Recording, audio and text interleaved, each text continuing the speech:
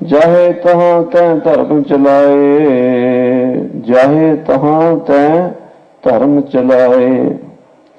कबुद्ध करन ते लोक हटाए, जाहे तहां तुम धर्म बिथारो। दुष्ट दोखियन पकड़ पछारो, याही काज धरा हम जन्मऊं। समझ लेहो साधु सब मनमऊं, धर्म चलावन संत उबारन।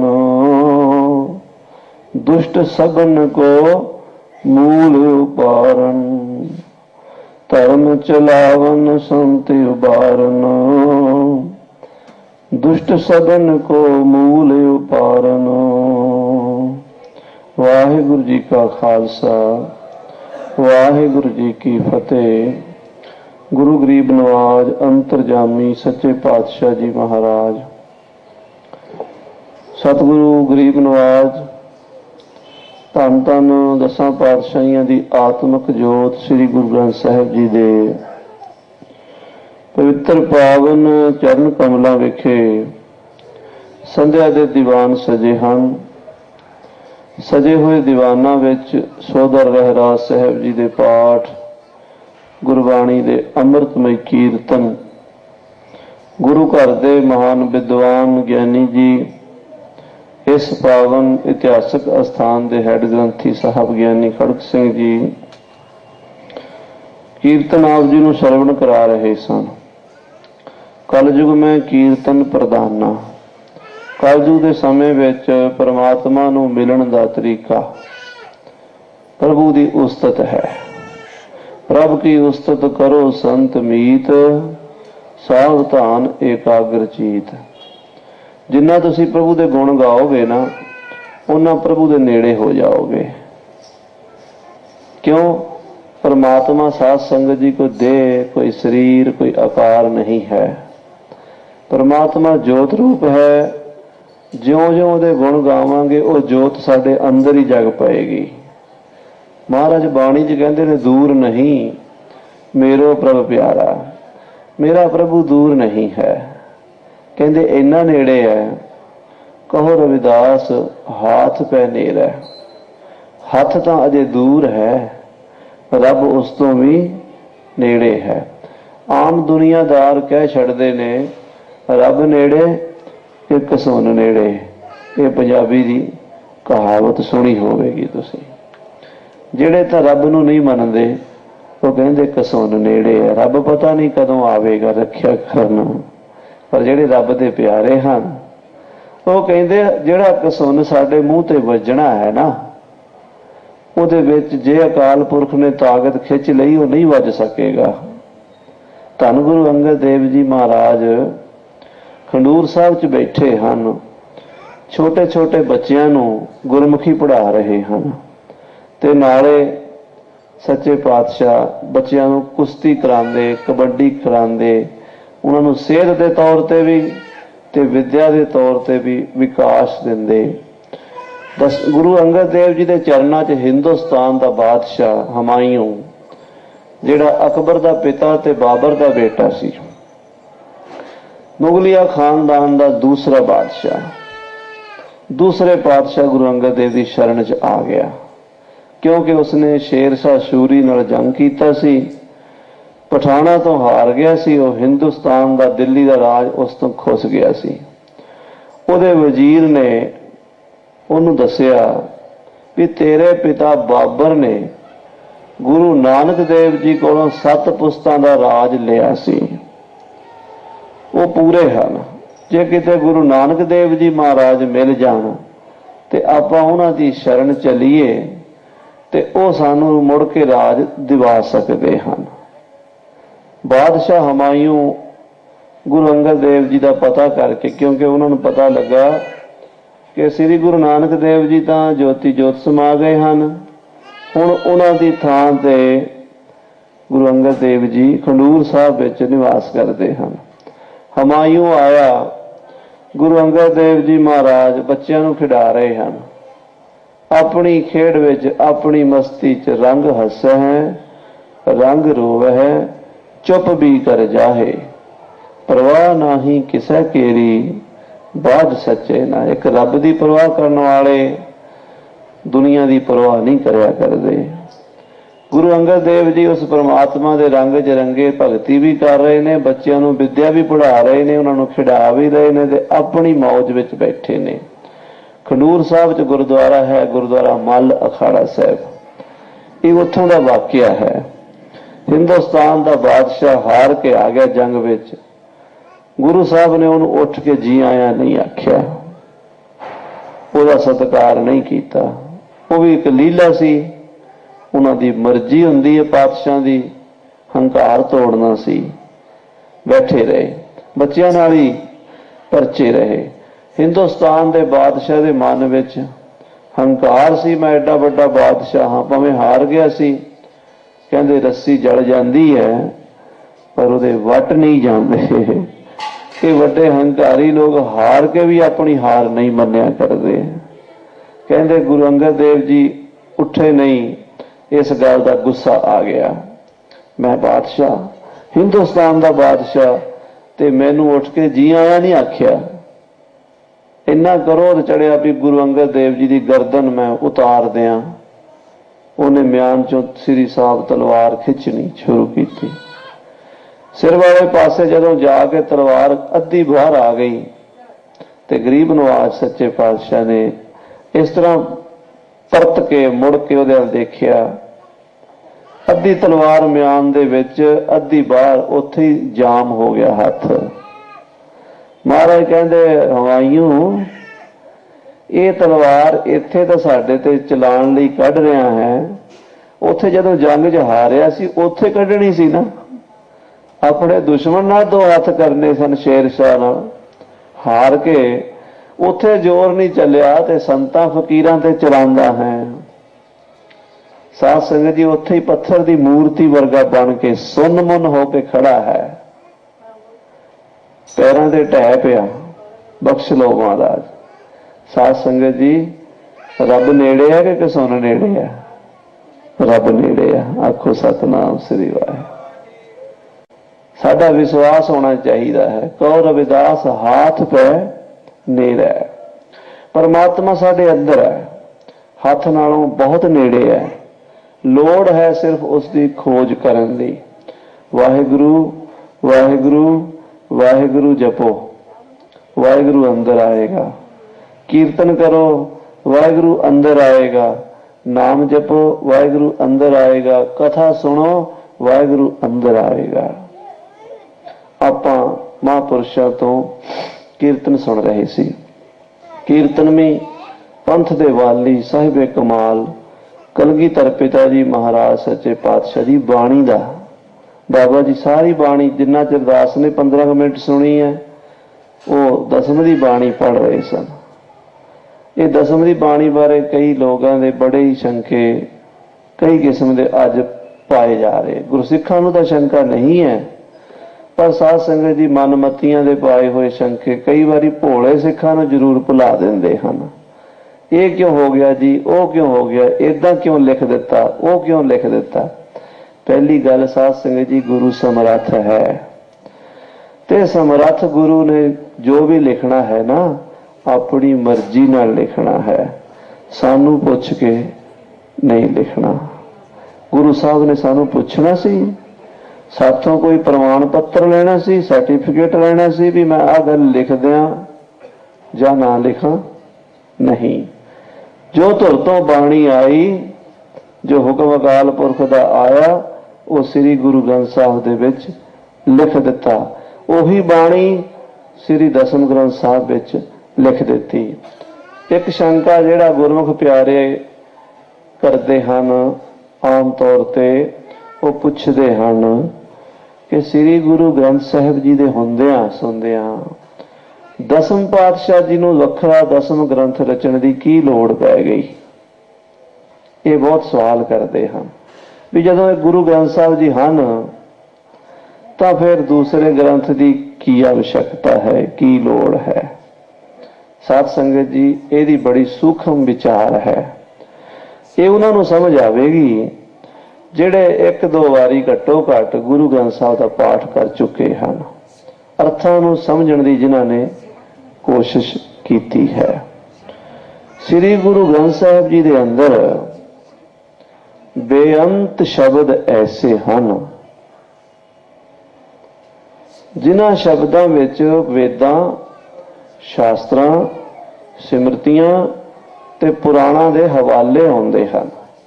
ਜਿਵੇਂ ਇੱਕ ਬੜਾ ਹੀ ਪ੍ਰਸਿੱਧ ਹਵਾਲਾ ਪ੍ਰਹਲਾਦ ਭਗਤ ਦਾ ਆਉਂਦਾ ਹੈ, ਹਰ ਜੁਗ ਜੁਗ ਭਗਤਿ ਉਪਾਇਆ, ਪੈਜ ਰੱਖਦਾ ਆਇਆ, ਰਾਮ ਰਾਜੇ ਹਰਨਾਕਸ਼ ਦੁਸ਼ਟ ਹਰ ਮਾਰਿਆ, ਪ੍ਰਹਲਾਦ ਤਰਾਇਆ। ਪ੍ਰਹਲਾਦ ਦਾ ਬਹੁਤ ਵਾਰੀ ਬਾਣੀ ਵਿੱਚ ਜ਼ਿਕਰ ਆਉਂਦਾ ਹੈ। ਇਸੇ ਤਰ੍ਹਾਂ ਹੀ ਸਾਧ ਸੰਗਤ ਜੀ ਗੌੜੀ ਰਾਗ ਦੇ ਵਿੱਚ ਗੁਰੂ ਨਾਨਕ ਦੇਵ ਜੀ ਦਾ ਸ਼ਬਦ ਆਉਂਦਾ ਹੈ। ਉਹਦੇ ਵਿੱਚ ਮਹਾਰਾਜ ਨੇ ਬੇਅੰਤ ਹਵਾਲੇ ਦਿੱਤੇ ਹਨ ਉਹਨਾਂ ਰਾਖਸ਼ਾਂ ਦੇ ਜਿਨ੍ਹਾਂ ਨੂੰ ਭਗਵਾਨ ਨੇ ਦੁਨੀਆ ਦੇ ਉੱਤੇ ਪਾਪ ਕਰਦਿਆਂ ਨੂੰ ਵੇਖ ਕੇ ਮਾਰਿਆ ਸੀਗਾ। ਰਕਤ ਬੀਜ ਕਾਲ ਨੇਮ ਬਿਦਾਰੇ। ਫਿਰ ਇੱਥੇ ਨਾਲ ਹੋਰ ਵੀ ਪੰਕਤੀਆਂ ਆਉਂਦੀਆਂ ਨੇ, ਮੱਛ ਕੱਛ ਕੂਰਮ ਆਗਿਆ ਔਤਰਾਸੀ। ਜਿਨ੍ਹਾਂ ਨੇ ਗੁਰੂ, ਮੈਂ ਪਹਿਲਾਂ ਬੇਨਤੀ ਕੀਤੀ, ਜਿਨ੍ਹਾਂ ਨੇ ਗੁਰੂ ਗ੍ਰੰਥ ਸਾਹਿਬ ਪੜ੍ਹਿਆ ਉਹਨਾਂ ਨੂੰ ਪਤਾ ਲੱਗੇਗਾ। ਜਿਹੜੇ ਅੱਜ ਸ਼ੰਕਾ ਕਰਨ ਵਾਲੇ ਵੀਰ ਹਨ ਜਾਂ ਸ਼ੰਕਾ ਕਰਨ ਵਾਲੀਆਂ ਭੈਣਾਂ ਮਾਤਾਵਾਂ ਹਨ, ਉਹਨਾਂ ਨੇ ਤਾਂ ਸ੍ਰੀ ਗੁਰੂ ਗ੍ਰੰਥ ਸਾਹਿਬ ਜੀ ਦੇ ਵੀ ਦਰਸ਼ਨ ਨਹੀਂ ਕੀਤੇ, ਕਿੰਤੂ ਦਸਮ ਦੇ ਉੱਤੇ ਕਰ ਰਹੇ ਹਨ। ਪਤਾ ਨਹੀਂ ਲੱਗੇਗਾ, ਇਵੇਂ ਪੜ੍ਹੇ ਬਿਨਾਂ ਸੋਝੀ ਨਹੀਂ ਹੋਣੀ। ਸਾਧ ਸੰਗਤ ਜੀ, ਮੈਂ ਔਰੰਗਾਬਾਦ ਦਾ ਨਾਂ ਸੁਣਿਆ ਸੀਗਾ, ਪਰ ਔਰੰਗਾਬਾਦ ਦੇ ਬਾਜ਼ਾਰ ਕੈਸੇ ਹਨ, ਗਲੀਆਂ ਕੈਸੀਆਂ ਹਨ, ਸੰਗਤ ਕੈਸੀ ਹੈ, ਸਾਫ ਸਫਾਈ ਕਿੰਨੀ ਹੈ, ਅੱਜ ਦੇਖਿਆ ਹੈ। ਬਿਨ ਦੇਖੇ ਉਪਜੇ ਨਹੀਂ ਆਸਾ, ਆਖੋ ਸਤਨਾਮ ਸ੍ਰੀ ਵਾਹਿਗੁਰੂ। ਮੈਂ ਅੰਬਾਰੇ 'ਚ ਬੈਠਾ ਬੈਠਾ ਕਹੀ ਜਾਵਾਂ ਔਰੰਗਾਬਾਦ ਗਲਤ ਹੈ, ਮੈਨੂੰ ਕੋਈ ਸਿਆਣਾ ਪੁੱਛੇ, ਗਿਆਨੀ ਜੀ ਕਦੀ ਔਰੰਗਾਬਾਦ ਦੇਖਿਆ? ਮੇਰੇ ਕੋਲ ਨਾ ਦਾ ਜਵਾਬ ਹੋਵੇ, ਮੇਰੀ ਗੱਲ ਦਾ ਕੋਈ ਅਸਰ ਨਹੀਂ ਪਏਗਾ। ਜੇ ਮੈਂ ਕਹਾਂ ਵੀ ਹਾਂ ਮੈਂ ਔਰੰਗਾਬਾਦ ਦੇਖਿਆ, ਇਤਨੇ ਬਾਜ਼ਾਰ ਹਨ, ਇਤਨੀਆਂ ਗਲੀਆਂ ਹਨ, ਇਤਨੀਆਂ ਦੁਕਾਨਾਂ ਹਨ, ਇਤਨੇ ਲੋਕ ਰਹਿੰਦੇ ਹਨ, ਇੰਨੇ ਚੰਗੇ ਹਨ, ਇੰਨੇ ਮਾੜੇ, ਦਲੀਲ ਦੇ ਕੇ ਗੱਲ ਕਰਾਂ, ਸਾਰੇ ਮੰਨਣਗੇ ਵੀ ਗਿਆਨੀ ਜੀ ਨੂੰ ਕੁਝ ਪਤਾ ਹੈ। ਇਸੇ ਤਰ੍ਹਾਂ ਹੈ ਨਾ ਜੀ, ਜਿਨ੍ਹਾਂ ਨੇ ਸ੍ਰੀ ਗੁਰੂ ਗ੍ਰੰਥ ਸਾਹਿਬ ਜੀ ਮਹਾਰਾਜ ਦੇ ਵੀ ਦਰਸ਼ਨ ਨਹੀਂ ਕੀਤੇ, ਉਹ ਦਸਮ ਗੁਰੂ ਗ੍ਰੰਥ ਸਾਹਿਬ ਜੀ ਤੇ ਕਿੰਤੂ ਕਰਦੇ ਹਨ, ਤਾਂ ਫਿਰ ਉਹਨਾਂ ਦਾ ਕਿੰਤੂ ਨਿਰਾ ਆਧਾਰ ਹੈ, ਆਧਾਰ ਤੋਂ ਸਖਣਾ ਹੈ। ਮੱਛ ਕੱਛ ਕੂਰਮ ਆਗਿਆ ਔਤਰਾਸੀ। ਪੰਕਤੀ ਤਾਂ ਪੜ੍ਹ ਲਈ, ਇਹ ਉਹਨਾਂ ਚਿਰ ਸਮਝ ਨਹੀਂ ਆਏਗੀ ਜਿੰਨਾ ਚਿਰ ਕੋਈ ਸਾਨੂੰ ਇਹਦੇ ਅਰਥ ਕਰਕੇ ਮੱਛ ਦੀ ਪੂਰੀ ਕਥਾ ਨਹੀਂ ਸੁਣਾਏਗਾ। ਇਹ ਮੱਛ ਕੀ ਸੀ, ਕੱਛ ਕੀ ਸੀ, ਔਰ ਰਕਤ ਬੀਜ ਕੌਣ ਸੀ, ਕਾਲ ਨੇਮੀ ਕੌਣ ਸੀ, ਕਾਲ ਜਮਨ ਕੌਣ ਸੀ, ਪ੍ਰਹਲਾਦ ਭਗਤ ਕੌਣ ਸੀ, ਹਰਨਾਕਸ਼ ਕੌਣ ਸੀ, ਰਾਵਣ ਕੌਣ ਸੀ ਤੇ ਰਾਮ ਕੌਣ ਸੀ, ਕ੍ਰਿਸ਼ਨ ਕੌਣ ਸੀ ਤੇ ਕੰਸ ਕੌਣ ਸੀ, ਗੋਪੀਆਂ ਕੀ ਸਨ। ਬਾਣੀ ਚਾਹੁੰਦਾ ਨਾਚੰਤੀ ਗੋਪੀ ਜਨਾ, ਹਰ ਆਪੇ ਕਾਨ ਉਪਾਇਂਦਾ ਮੇਰੇ ਗੋਬਿੰਦਾ, ਹਰ ਆਪੇ ਗੋਪੀ ਖੋਜੀ ਜੀਓ। ਇਹ ਪੰਕਤੀ ਦਾ ਗੁਰੂ ਗ੍ਰੰਥ ਸਾਹਿਬ 'ਚ ਪੜ੍ਹ ਲਈ। ਜਿਹੜੇ ਬੰਦੇ ਨੇ ਕ੍ਰਿਸ਼ਨ ਦੀ ਕਥਾ ਨਹੀਂ ਸੁਣੀ, ਜਿਹਨੇ ਗੋਪੀਆਂ ਦੀ ਕਥਾ ਨਹੀਂ ਸੁਣੀ, ਉਹਨੂੰ ਇਸ ਪੰਕਤੀ ਦੀ ਕੀ ਸਮਝ ਆਵੇਗੀ, ਦੱਸੋ ਮੈਨੂੰ? ਨਹੀਂ ਨਾ ਆਏਗੀ। ਉਹਨੂੰ ਸਾਰੀ ਕਥਾ ਉਹਨੂੰ ਸੁਣਨੀ ਪਏਗੀ, ਪੜ੍ਹਨੀ ਪਏਗੀ।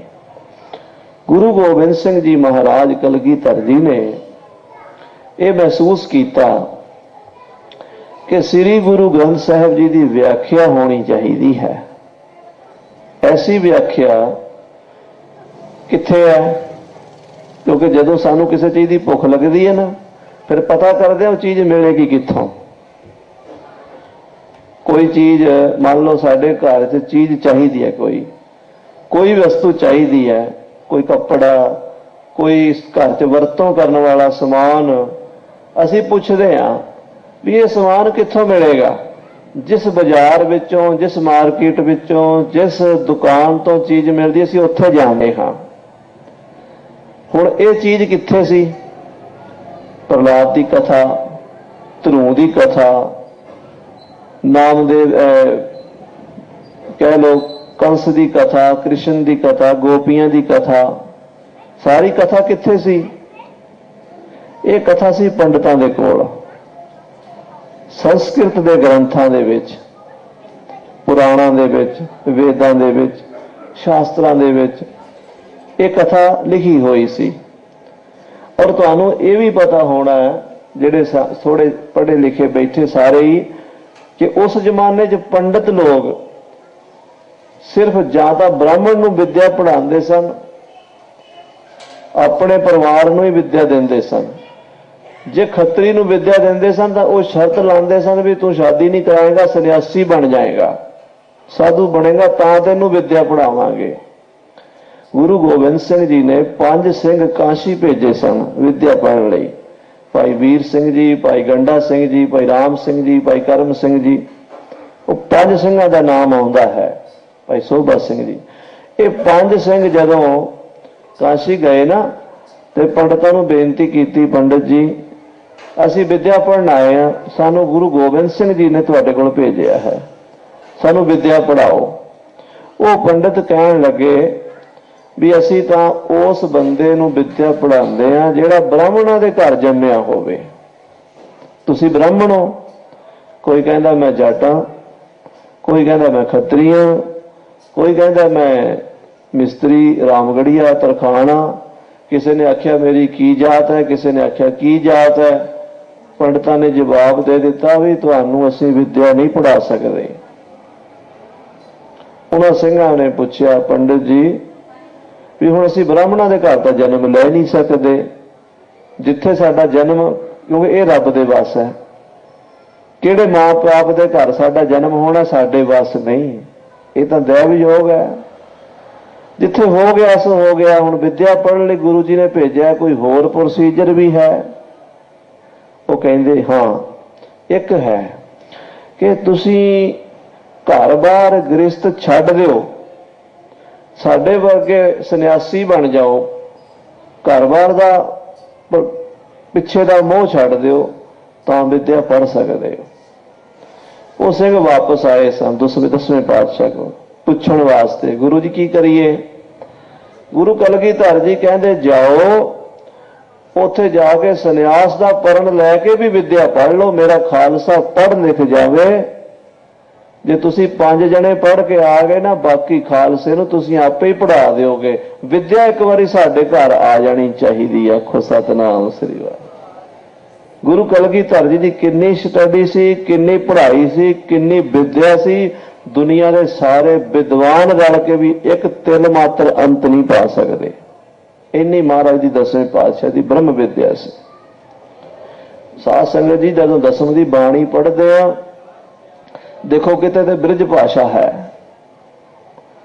ते किते किते प्योर फारसी दे विच कमाल दी जफरनामे दी रचना कर दित्ती है। कमाले करामात कायम करीम, रजा बख्श राज़ रिहा कुन रहीम। पहला छंद तुसीं देख लो, किन्नी सुंदर शब्दां दी, किन्ने शब्द जोड़े। कमाले कक्का, करामात कक्का, कायम कक्का, करीम कक्का।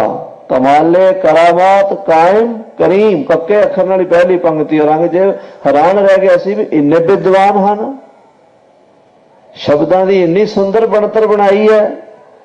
ते साध संगत जी अगली पंक्ति रजा बख्श राज़क रिहा कुन रहीम, रारे ते ही कर देती है ना कमाल दी रचना।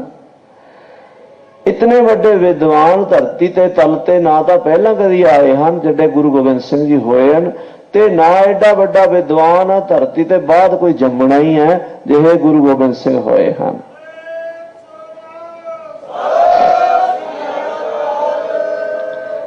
महाराज जी ने वो विद्या उत्थों लियांदी सी, ਸਿੰਘਾਂ ਨੂੰ विद्या पढ़ाई सी, जिथों निर्मल संप्रदाय की आरंभता हुई। खालसा पंथ च ज्ञानी ਸਿੰਘਾਂ ਦੀਆਂ टकसालां ਚੱਲੀਆਂ। विद्या ਨੂੰ ਪਹਿਲ ਦਿੱਤੀ गई। एजुकेशन तो बिना कोई भी मूवमेंट नहीं चल सकती। ਐਡਾ ਵੱਡਾ हिंदुस्तान आजाद कराना सी। 10वें पातशाह महाराज ने अपने खालसे ਨੂੰ अनपढ़ नहीं सी रखना, विद्वान बनाया ਧੰਨ ਗੁਰੂ ਗੋਬਿੰਦ ਸਿੰਘ ਕਲਗੀਧਰ ਪਾਤਸ਼ਾਹ ਜੀ ਮਹਾਰਾਜ। ਹੁਣ ਸਵਾਲ ਆ ਗਿਆ ਵੀ ਉਹ ਜਿਹੜੇ ਗੁਰੂ ਗ੍ਰੰਥ ਸਾਹਿਬ ਜੀ ਦੇ ਵਿੱਚ ਸ਼ਬਦ ਆਉਂਦੇ ਆ, ਮੱਛ, ਕੱਛ, ਕੂਰਮ, ਆਗਿਆ, ਔਤਰਾਸੀ। ਗੁਰੂ ਗ੍ਰੰਥ ਸਾਹਿਬ 'ਚ ਆਉਂਦਾ ਰਕਤ, ਬੀਜ, ਕਾਲ, ਨੇਮ, ਵਿਦਾਰੇ। ਗੁਰੂ ਗ੍ਰੰਥ ਸਾਹਿਬ ਵਿੱਚ ਮਹਿਖਾਸੁਰ ਦਾ ਮਹਿ ਖਾਸਾ ਕਰਕੇ ਪੰਕਤੀ ਆਉਂਦੀ ਹੈ। ਗੁਰੂ ਗ੍ਰੰਥ ਸਾਹਿਬ ਜੀ ਦੇ ਵਿੱਚ ਸੁਣ ਸਾਖੀ ਮਨ ਜਪ ਪਿਆਰ, ਅਜਾਮਲ ਉਧਰਿਆ ਕੈ ਏਕ ਬਾਰ, ਬਾਲਮੀਕੈ ਹੋਆ ਸਾਧ ਸੰਗ, ਧਰੂ ਕੋ ਮਿਲਿਆ ਪ੍ਰਭ ਨਿਸੰਗ। ਇੱਕ ਛੋਟੇ ਛੋਟੇ ਸ਼ਾਰਟ ਰੂਪ ਦੇ ਵਿੱਚ ਸੂਤਰ ਆਉਂਦੇ ਆ। ਉਹਨਾਂ ਸੂਤਰਾਂ ਦੀ ਵਿਆਖਿਆ, ਉਹਨਾਂ ਫਾਰਮੂਲਿਆਂ ਦੀ ਵਿਆਖਿਆ ਕਰਨੀ ਸੀ। ਬਾਰ-ਬਾਰ ਪੰਡਤਾਂ ਕੋਲ ਕੌਣ ਜਾਏਗਾ? ਇੱਕ ਵਾਰੀ ਪੰਡਤ ਕੋਲ ਗਏ ਤੇ ਉਹਨੇ ਕਿਹਾ ਵੀ ਤੁਸੀਂ ਸੰਨਿਆਸੀ ਬਣ ਜਾਓ। ਸਾਰੇ ਤਾਂ ਸੰਨਿਆਸੀ ਨਹੀਂ ਬਣ ਸਕਦੇ। ਆਖੋ ਸਤਿਨਾਮ ਸ੍ਰੀ ਵਾਹਿਗੁਰੂ। ਸਾਰੇ ਸੰਨਿਆਸੀ ਬਣ ਸਕਦੇ ਆ? ਘਰ-ਬਾਰ ਛੱਡ ਸਕਦੇ ਆ? ਗੁਰੂ ਗ੍ਰੰਥ ਸਾਹਿਬ ਵੀ ਤਾਂ ਸਮਝਣਾ ਹੈ। ਗੁਰੂ ਗ੍ਰੰਥ ਸਾਹਿਬ ਦੀ ਨੌਲੇਜ ਲੈਣੀ ਹੈ। ਬਾਰ-ਬਾਰ ਪੰਡਤ ਕੋਲ ਜਾਵਾਂਗੇ, ਉਹ ਕਹੇਗਾ ਸੰਨਿਆਸੀ ਬਣੋ, ਮੈਂ ਤਾਂ ਪੜਾਵਾਂਗਾ। 10ਵੇਂ ਪਾਤਸ਼ਾਹ, ਬਾਜਾਂ ਵਾਲੇ ਪਾਤਸ਼ਾਹ ਨੇ ਉਸ ਸਾਰੀ ਕਥਾ ਨੂੰ ਆਪਣੀ ਬੋਲੀ ਦੇ ਵਿੱਚ, ਆਪਣੀ ਬਾਣੀ ਦੇ ਵਿੱਚ ਵਿਆਖਿਆ ਕਰ ਦਿੱਤੀ। 24 ਅਵਤਾਰਾਂ ਦਾ ਇਤਿਹਾਸ ਲਿਖ ਦਿੱਤਾ। ਆਖੋ ਸਤਿਨਾਮ ਸ੍ਰੀ ਵਾਹਿਗੁਰੂ। 24 ਅਵਤਾਰਾਂ ਦੀ ਕਥਾ ਲਿਖ ਦਿੱਤੀ। ਉਹਨਾਂ ਮਹਾਂਪੁਰਸ਼ਾਂ ਦੀ ਕਥਾ ਲਿਖ ਦਿੱਤੀ। ਪਰ ਹਰਨਾਕਸ਼ ਨੂੰ ਭਗਵਾਨ ਨਰਸਿੰਘ ਨੇ ਕਿਵੇਂ ਮਾਰਿਆ, ਉਹ ਕਥਾ ਲਿਖ ਦਿੱਤੀ। ਜੇ ਅੱਜ ਗੁਰੂ ਕੇ ਸਿੱਖ ਨੇ ਪੜ੍ਹਨਾ ਹੋਵੇ ਵੀ ਹਰਨਾਕਸ਼ ਦੁਸ਼ਟ ਹਰ ਮਾਰਿਆ, ਪ੍ਰਹਲਾਦ ਤਰਾਇਆ, ਉਹ ਕਿਵੇਂ ਮਾਰਿਆ ਸੀ, ਉਹਨੂੰ ਪੜ੍ਹਨ ਦੇ ਲਈ ਕਿਸੇ ਪੰਡਤ ਜੀ ਕੋਲ ਜਾ ਕੇ ਉਹਦੇ ਗੋਡੇ ਘੁੱਟਣ ਦੀ ਲੋੜ ਨਹੀਂ ਰਹਿ ਗਈ। ਉਹ ਦਸਮ ਗੁਰੂ ਗ੍ਰੰਥ ਸਾਹਿਬ ਚੋਂ ਦੇਖ ਸਕਦਾ ਹੈ। ਦਸਮ ਦੀ ਬਾਣੀ 'ਚ ਸਾਰੀ ਕਥਾ ਲਿਖੀ ਹੋਈ ਹੈ। ਜੇ ਕਿਸੇ ਸਿੱਖ ਨੇ ਪੜ੍ਹਨਾ ਹੋਵੇ ਮੱਛ ਅਵਤਾਰ ਕੀ ਹੋਇਆ ਸੀ, ਕਿਵੇਂ ਹੋਇਆ ਸੀ, ਉਹਨੂੰ ਕਿਸੇ ਪੰਡਤ ਜੀ ਦੇ ਕੋਲ ਜਾ ਕੇ ਬਹਿਣ ਦੀ ਲੋੜ ਨਹੀਂ ਹੈ। ਉਹ ਦਸਮ ਗ੍ਰੰਥ ਵਿੱਚੋਂ ਪੜ੍ਹ ਸਕਦਾ ਹੈ ਸਾਰੀ ਕਥਾ। ਜੇ ਕਿਸੇ ਨੇ ਪੜ੍ਹਨਾ ਹੋਵੇ ਵੀ ਰਾਮਚੰਦਰ ਜੀ ਮਹਾਰਾਜ ਰਾਵਣ ਨਾਲ ਯੁੱਧ ਕਰਕੇ ਰਾਵਣ ਨੂੰ ਕਿਵੇਂ ਮਾਰਿਆ ਸੀ, ਆਉਂਦੀ ਹੈ ਨਾ ਗੁਰੂ ਗ੍ਰੰਥ ਸਾਹਿਬ ਵਿੱਚ ਪੰਕਤੀ, ਸੀਤਾ ਲੈ ਗਿਆ ਦੈਸਰੋ ਲਛਮਣ ਮੂਓ ਸਰਾਪ, ਕਿ ਸੀਤਾ ਨੂੰ ਰਾਵਣ ਲੈ ਗਿਆ ਤੇ ਲਛਮਣ ਸਰਾਪ ਨਾਲ ਮਰ ਗਿਆ। ਭਗਵਾਨ ਰਾਮਚੰਦਰ ਜੀ ਦੁਖੀ ਹੋਏ। ਮਨ ਮੈਂ ਝੂਰੈ ਰਾਮਚੰਦ ਸੀਤਾ ਲਛਮਣ ਜੋਗ। ਗੁਰੂ ਗ੍ਰੰਥ ਸਾਹਿਬ ਦੀ ਪੰਕਤੀ ਹੈ। ਹੁਣ ਇਸ ਪੰਕਤੀ ਦੀ ਪੂਰੀ ਕਥਾ ਪੜ੍ਹਨੀ ਹੋਵੇ ਤਾਂ ਰਮਾਇਣ ਸੰਸਕ੍ਰਿਤ ਵਿੱਚ ਹੈ, ਨਹੀਂ ਪੜ੍ਹੀ ਜਾ ਸਕਦੀ। ਮੇਰਾ ਸਿੱਖ ਮੇਰੇ ਘਰ ਮੇਰੀ ਬਾਣੀ ਚੋਂ ਹੀ ਪੜ੍ਹ ਲਵੇ,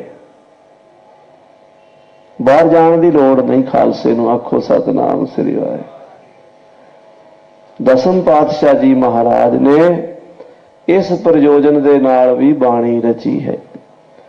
ਹੁਣ ਇੱਕੋ ਪ੍ਰਯੋਜਨ ਨਹੀਂ ਹੋਇਆ ਕਰਦਾ। ਮਹਾਂਪੁਰਸ਼ ਇੱਕੋ ਤੀਰ ਦੇ ਨਾਲ ਕਿਤਨੇ ਹੀ ਨਿਸ਼ਾਨੇ ਸੇਧ ਦਿਆ ਕਰਦੇ ਹਨ। ਆਖੋ ਸਤਿਨਾਮ ਸ੍ਰੀ ਵਾਹਿਗੁਰੂ। ਦੂਸਰਾ ਪ੍ਰਯੋਜਨ ਕੀ ਹੈ? ਦੂਸਰਾ ਪ੍ਰਯੋਜਨ ਇਹ ਹੈ, ਜਿਨ੍ਹਾਂ ਮਹਾਂਪੁਰਸ਼ਾਂ ਨੇ ਸ੍ਰੀ ਗੁਰੂ ਗ੍ਰੰਥ ਸਾਹਿਬ ਜੀ ਦੀ ਅਕਾਲੀ ਬਾਣੀ ਦੀ ਰਚਨਾ ਕੀਤੀ, ਉਹਨਾਂ ਮਹਾਂਪੁਰਸ਼ਾਂ ਨੂੰ ਮੌਕੇ ਦੀ ਜ਼ਾਲਮ ਸਰਕਾਰ ਨੇ ਤੱਤੀਆਂ ਤਵੀਆਂ ਤੇ ਬਿਠਾ ਕੇ ਸ਼ਹੀਦ ਕਰ ਦਿੱਤਾ। ਤੱਤਾ ਰੇਤਾ ਸੀਸ ਵਿੱਚ ਪਾਇਆ। ਬੜੇ ਬੜੇ ਅਕੈ ਕਸ਼ਟ ਦਿੱਤੇ ਗਏ। 5ਵੇਂ ਪਾਤਸ਼ਾਹ ਜੀ ਮਹਾਰਾਜ ਸ਼ਹੀਦ ਹੋ ਗਏ। ਜਿਨ੍ਹਾਂ ਨੇ ਗੁਰੂ ਗ੍ਰੰਥ ਸਾਹਿਬ ਜੀ ਦੀ ਬਾਣੀ ਰਚੀ, ਧੰਨ ਗੁਰੂ ਤੇਗ ਬਹਾਦਰ ਸਾਹਿਬ ਬੈਰਾਗ ਮੂਰਤੀ, ਉਹਨਾਂ ਨੂੰ ਚਾਂਦਨੀ ਚੌਂਕ ਦੇ ਵਿੱਚ ਜ਼ਾਲਮ ਔਰੰਗਜ਼ੇਬ ਨੇ ਤੇਗ ਦੇ ਘਾਟ ਉਤਾਰ ਦਿੱਤਾ, ਸ਼ਹੀਦ ਹੋ ਗਏ। ਇਹ ਸ਼ਾਂਤਮਈ ਬਾਣੀ, ਵੈਰਾਗਮਈ ਬਾਣੀ, ਗਿਆਨਮਈ ਬਾਣੀ, ਸ੍ਰੀ ਗੁਰੂ ਗ੍ਰੰਥ ਸਾਹਿਬ ਜੀ ਦੀ ਬਾਣੀ, ਇਹਦੀ ਰਾਖੀ ਕਰਨ ਲਈ ਜਿਹੜੇ ਭਗਤੀ ਕਰਦੇ ਨਾ ਸਾਧ ਸੰਗਤ ਜੀ, ਉਹਨਾਂ ਨੂੰ ਰਾਖਸ਼ ਬੜਾ ਤੰਗ ਕਰਦੇ ਹਨ। ਉਹਨਾਂ ਨੂੰ ਰਾਖਸ਼ ਭਗਤੀ ਨਹੀਂ ਕਰਨ ਦਿੰਦੇ। ਅੱਜ ਵੀ ਇਦਾਂ ਹੀ ਹੁੰਦਾ। ਕੋਈ ਆ ਕੇ ਕਿੱਧਰੋਂ ਕਿੰਤੂ ਕਰ ਦੇਗਾ, ਕੋਈ ਕਿੱਧਰੋਂ ਕਿੰਤੂ ਕਰ ਦੇਗਾ, ਕੋਈ ਨਾ ਕੋਈ ਨਗੋਚਾਂ ਕਰਦੇ ਹੀ ਰਹਿੰਦੇ ਆ। ਭਗਤੀ ਨਹੀਂ ਕਰਨ ਦਿੰਦੇ। ਤੁਸੀਂ ਏਦਾਂ ਭਗਤੀ ਕਿਉਂ ਕਰਦੇ ਹੋ? ਜੇ ਉਹ ਛੱਡ ਕੇ ਦੂਜੀ ਤਰ੍ਹਾਂ ਕਰਨਗੇ ਫਿਰ ਕਹਿਣਗੇ ਤੁਸੀਂ ਏਦਾਂ ਕਿਉਂ ਕਰਦੇ ਹੋ। ਹੁਣ ਭਗਤੀ ਤਾਂ ਭਗਤੀ ਸਾਧ ਸੰਗਤ ਦੀ ਅੰਦਰੋਂ ਉਪਜਦੀ ਹੈ। ਭਗਤੀ ਜਿਹੜੀ ਹੈ ਨਾ ਅੰਦਰੋਂ ਉਪਜਦੀ ਹੈ। ਭਾਵਨਾ ਸਹਿਤ ਗਤੀ ਰੂਪ ਗਤੀ, ਭਾਵਨਾ ਸ਼ਰਧਾ ਸਹਿਤ ਜੋ ਗਤੀ ਕਰਦਾ ਹੈ ਉਹ ਹੈ ਭਗਤੀ। ਵਿਸ਼ਵਾਮਿੱਤਰ ਜੀ ਯੱਗ ਕਰ ਰਹੇ ਤੇ ਰਾਖਸ਼ ਸੁਬਾਹ ਤੇ ਮਰੀਚ ਉਹਨਾਂ ਦੇ ਯੱਗ 'ਚ ਵਿਘਨ ਪਾ ਦਿੰਦੇ ਆ ਕੇ। ਜਿਹੜੀ ਉਹ ਹਵਨ ਦੀ ਸਮੱਗਰੀ ਰੱਖਦੇ ਰਾਖਸ਼ ਖਾ ਜਾਂਦੇ, ਕੁਝ ਡੋਲ ਦਿੰਦੇ। ਵਿਸ਼ਵਾਮਿੱਤਰ ਤੰਗ ਆ ਕੇ ਮਹਾਰਾਜਾ ਦਸ਼ਰਥ ਕੋਲ ਆਏ ਸਨ। ਮਹਾਰਾਜ ਤੁਸੀਂ ਰਾਜੇ ਹੋ, ਪ੍ਰਜਾ ਦੀ ਰੱਖਿਆ ਕਰਨ ਵਾਲੇ ਹੋ, ਧਰਮ ਦੇ ਰਾਖੇ ਹੋ, ਪਰ ਤੁਹਾਡੇ ਰਾਜ ਵਿੱਚ ਮੈਨੂੰ ਭਗਤੀ ਨਹੀਂ ਕਰਨ ਦਿੰਦਾ ਕੋਈ। ਰਾਖਸ਼ ਮੇਰਾ ਜਗ ਵਿਧਵੰਸ ਕਰ ਦਿੰਦੇ ਹਨ ਤੇ ਭਗਵਾਨ ਰਾਮਚੰਦਰ ਜੀ ਨੂੰ ਮੇਰੇ ਨਾਲ ਤੋਰ ਦਿਓ। ਦਸ਼ਰਥ ਕਹਿਣ ਲੱਗੇ ਮੈਂ ਚੱਲਦਾ ਹਾਂ। ਕਹਿੰਦੇ ਨਾ, ਤੁਸੀਂ ਇਹਨਾਂ ਨੂੰ ਭੇਜੋ, ਇਹ ਪੂਰਨ ਹਨ, ਇਸ ਵੇਲੇ ਇਹਨਾਂ ਦਾ ਮੌਕਾ ਹੈ, ਇਹ ਕੰਮ ਫਤਿਹ ਕਰਨਗੇ। ਹੈ ਨਾ ਕਥਾ ਆਪਾਂ ਸਾਰਿਆਂ ਨੇ ਸੁਣੀ ਹੈ, ਦਸਮ ਦੇ ਵਿੱਚ ਇਹ ਕਥਾ ਲਿਖੀ ਹੈ। ਵਿਸ਼ਵਾਮਿੱਤਰ ਜੀ ਰਾਜਾ ਦਸ਼ਰਥ ਨੂੰ ਕਹਿੰਦੇ ਹਨ ਆਪਣੇ ਪੁੱਤਰ ਨੂੰ ਮੇਰੇ ਨਾਲ ਭੇਜੋ। ਤੇ ਮਹਾਰਾਜ ਰਾਮਚੰਦਰ ਜੀ ਗਏ। ਸੁਬਾਹ ਮਰੀਚ ਨੂੰ ਤੇ ਨਾਨੀ ਤਾੜਕਾ ਨੂੰ ਮਾਰ ਕੇ ਵਿਸ਼ਵਾਮਿੱਤਰ ਦਾ ਜੱਗ ਸੰਪੂਰਨ ਕੀਤਾ ਸੀ। ਉਹ ਇੱਕ ਸਮੇਂ ਦੀ ਗੱਲ ਨਹੀਂ ਜੇ, ਹਰ ਯੁੱਗ ਦੇ ਵਿੱਚ ਵਿਸ਼ਵਾਮਿੱਤਰ ਵੀ ਹੁੰਦੇ ਨੇ ਤੇ ਹਰ ਯੁੱਗ ਦੇ ਵਿੱਚ ਸੁਬਾਹ ਤੇ ਮਰੀਚ ਵੀ ਹੁੰਦੇ ਨੇ। ਗੁਰੂ ਅਰਜਨ ਦੇਵ ਜੀ ਨੇ ਕਿਸੇ ਦਾ ਕੀ ਵਿਗਾੜਿਆ ਸੀ? ਕੀਰਤਨ ਕਰਦੇ, ਭਗਤੀ ਕਰਦੇ, ਨਾਮ ਜਪਦੇ। ਉਹਨਾਂ ਬੰਦਗੀ ਕਰਦਿਆਂ ਨੂੰ, ਨਾਮ ਜਪਦਿਆਂ ਨੂੰ ਜ਼ਾਲਮਾਂ ਨੇ ਤੱਤੀ ਤਵੀ ਤੇ ਬਿਠਾ ਕੇ ਤੱਤਾ ਰੇਤਾ ਸੀਸ 'ਚ ਪਾ ਕੇ ਸ਼ਹੀਦ ਕਰ ਦਿੱਤਾ। ਗੁਰੂ ਤੇਗ ਬਹਾਦਰ ਸਾਹਿਬ ਨੇ ਕਿਸੇ ਦਾ ਕੀ ਵਿਗਾੜਿਆ ਸੀ? ਭਗਤੀ ਕਰਦੇ ਸਨ, ਨਾਮ ਜਪਦੇ ਜਪਾਉਂਦੇ ਸਨ। ਸਿਰਫ ਗਰੀਬਾਂ ਦੇ, ਦੁਖੀਆਂ ਦੇ ਹੱਕ 'ਚ ਹਾਅ ਦਾ ਨਾਰਾ ਮਾਰਿਆ ਸੀ ਵੀ ਇਹਨਾਂ ਦਾ ਧਰਮ ਨਾ ਛੇੜੋ, ਇਹ ਜਿਵੇਂ ਭਗਤੀ ਕਰਦੇ ਇਹਨਾਂ ਨੂੰ ਇਵੇਂ ਕਰਨ ਦਿਓ। ਪਰ ਅੱਜ ਸਾਧ ਸੰਗਤ ਜੀ, ਅੱਜ ਫਿਰ ਉਹੀ ਔਰੰਗਜ਼ੇਬ ਦੀ ਸੋਚ, ਨਹੀਂ ਜੀ ਏਦਾਂ ਨਹੀਂ ਭਗਤੀ ਕਰਨੀ, ਸਾਡੇ ਅਨੁਸਾਰ ਕਰੋ। ਜਿਹੜੇ ਲੋਕ ਇਹ ਕਹਿੰਦੇ ਨਾ ਵੀ ਸਾਰੇ ਗੁਰਦੁਆਰਿਆਂ ਦੀ ਜੀ ਮਰਿਆਦਾ ਇੱਕੋ ਹੋਣੀ ਚਾਹੀਦੀ ਹੈ, ਮੈਂ ਕਹਿੰਦਾ ਫਿਰ ਤੁਹਾਡੇ ਵਿੱਚ ਤੇ ਔਰੰਗਜ਼ੇਬ 'ਚ ਫਰਕ ਕੀ ਹੈ? ਉਹ ਵੀ ਕਹਿੰਦਾ ਸੀ ਇੱਕੋ ਹੀ ਹੋਣਾ ਚਾਹੀਦਾ ਜੋ ਮੈਂ ਚਾਹੁੰਦਾ। ਖਾਲਸਾ ਜੀ ਗੁਰਬਾਣੀ 'ਚ ਸ੍ਰੀ ਗੁਰੂ ਗ੍ਰੰਥ ਸਾਹਿਬ 'ਚ ਕੀ ਬਚਨ ਹੈ? ਮੇਰਾ ਪ੍ਰਭ ਇੱਕ ਖੇਲ ਰਚਾਇਆ। ਇਹ ਸ੍ਰੀ ਗੁਰੂ ਗ੍ਰੰਥ ਸਾਹਿਬ ਕਹਿੰਦੇ, ਮੈਂ ਨਹੀਂ ਕਹਿੰਦਾ। ਮੇਰਾ ਪ੍ਰਭ ਇੱਕ ਖੇਲ ਰਚਾਇਆ, ਕੋਏ ਨਾ ਕਿਸ ਹੀ ਜਿਹਾ ਉਪਾਇਆ। ਦੁਨੀਆ ਦੇ ਇਸ ਵੇਲੇ 5 ਅਰਬ ਦੇ ਨੇੜੇ ਆਬਾਦੀ ਕਹਿੰਦੇ ਹਨ। 5 ਅਰਬ ਆਪਣੇ ਹਿੰਦੁਸਤਾਨ ਦੀ 1 ਅਰਬ ਤੋਂ ਉੱਪਰ ਟੱਪੀ ਹੋਈ ਹੈ। 1 ਅਰਬ ਬੰਦੇ ਦੀ ਸ਼ਕਲ ਵੱਖਰੀ ਵੱਖਰੀ ਹੈ। ਆਖੋ ਸਤਿਨਾਮ ਸ੍ਰੀ ਵਾਹਿਗੁਰੂ। ਇੱਕ ਦੀ ਸ਼ਕਲ ਦੂਜੇ ਨਾਲ ਨਹੀਂ ਰਲਦੀ। ਜੇ ਕਿਸੇ ਦੀ ਸ਼ਕਲ ਰਲ ਜੇ ਤੇ ਅਕਲ ਨਹੀਂ ਰਲਦੀ, ਜੇ ਅਕਲ ਰਲ ਜੇ ਤੇ ਸ਼ਕਲ ਨਹੀਂ ਰਲਦੀ। ਫਰਕ ਹੈ ਨਾ।